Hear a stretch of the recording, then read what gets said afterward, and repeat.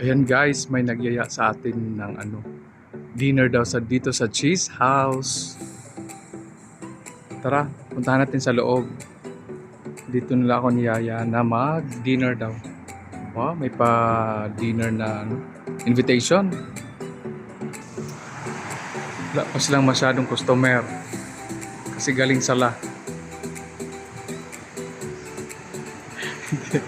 Natawa yun. Ito yung counter nila. Ayan.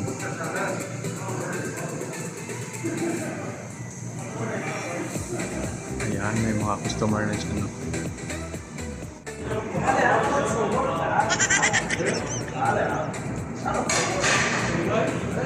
I will promote your cheese house. I will promote your cheese house Facebook. Cheese house. This is their chef cook chef burger. Yes. Aywa. Welcome Mashallah. to Saudi Arabia. Thank you so much. Thank you. Thank you.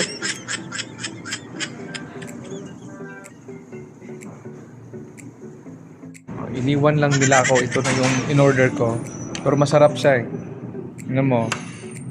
Ito lang yung in-order ko pero it looks delicious and it looks good. Let's eat. Kainan na. So may mag-cheese house. Na-gourmet cafe pa kami. Oh, grabe.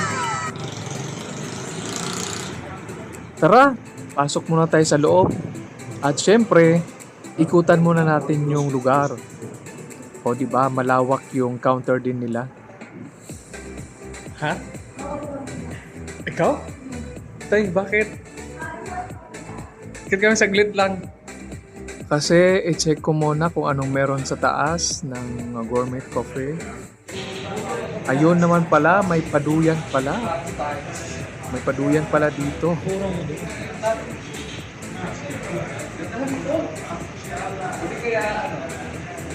At parang nag-enjoy ako sa duyan ng gourmet cafe. Pagkatapos doon, lumabas kami at ang lawak pala sa labas ng gourmet cafe. Sa second floor to banda.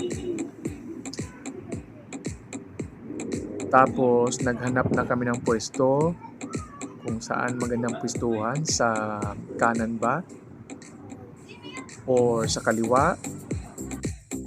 Tapos yon, pumunta na kami sa counter, nag-order ng coffee, then mga kasamahan ko nandun na nakahanap ng pwesto at they're waiting for our order.